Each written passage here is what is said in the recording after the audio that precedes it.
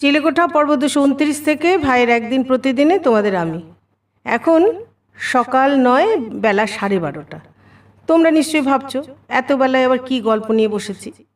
এটা বলতে পারো আমাদের পরিবারের ট্র্যাডিশন।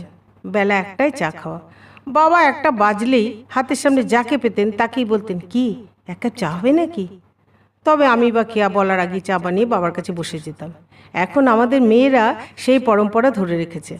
আমাদের বাড়ি ছোট মেয়ে রিয়া তো শুধু দিনে নয়, রাতে 10টায় গ্রিন টি বানিয়ে বলবে, পিসিমণি খাবে নাকি?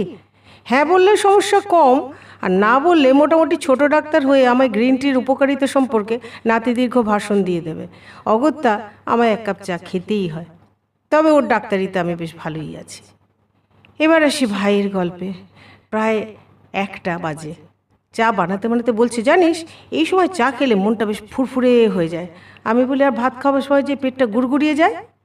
ও বলে, দূর, ওসব মনের ভ্রম।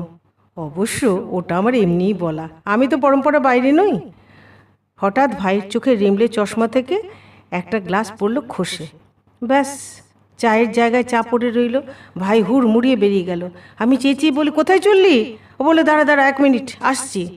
প্রায় 10 মিনিট পর ফিরে এসে বলল, চশমার দোকানে গিয়েছিলাম, ছেলেটাকে দিলাম এসপার ওসপার। এবার বলে এলাম, দোকানে এখানে যদি রাখতে চাস বিকেলের মধ্যেই চশমা দিবি, না হলে তোর একদিন কি আমার একদিন। 1 সপ্তাহের মধ্যেই চশমার কাজ কখনো খুলে পড়ে? সে বেচারা ধমক খেয়ে বলল, না দাদা না দাদা, বিকেল 5টায় আমি ঠিক দিয়ে দেবো। আরও অনেক কিছু হয়তো বলা হয়েছে, আমি বাকিটা জানি না। বিকেলে অবশ্য চশমা পাওয়া গেছে, তাকে কল্পনার মিষ্টিও খাওয়ানো হয়েছে। চশমার ছবি দিলাম তোমাদের। এবার মনে শান্তি নিয়ে বললো, চল দিদি চা খাই। বেলা তখন 1:30। গলা নামিয়ে আমার দিকে তাকিয়ে বললো, এতটা না বললেও পারতাম, কি বলিস? ছেলেটা ভালো। আমি বলি, ও জানে তুই যতই রাগ করিস না, তুই ওকে খুব ভালোবাসিস। মুচকি এসে বলে, তা অবশ্য জানে। এবার বলবো আমাদের গৃহসেবিকা সুরধুনিদির কথা। বাবা সুরধুনিদির দিকে তাকিয়ে বলল, কি চা হবে নাকি?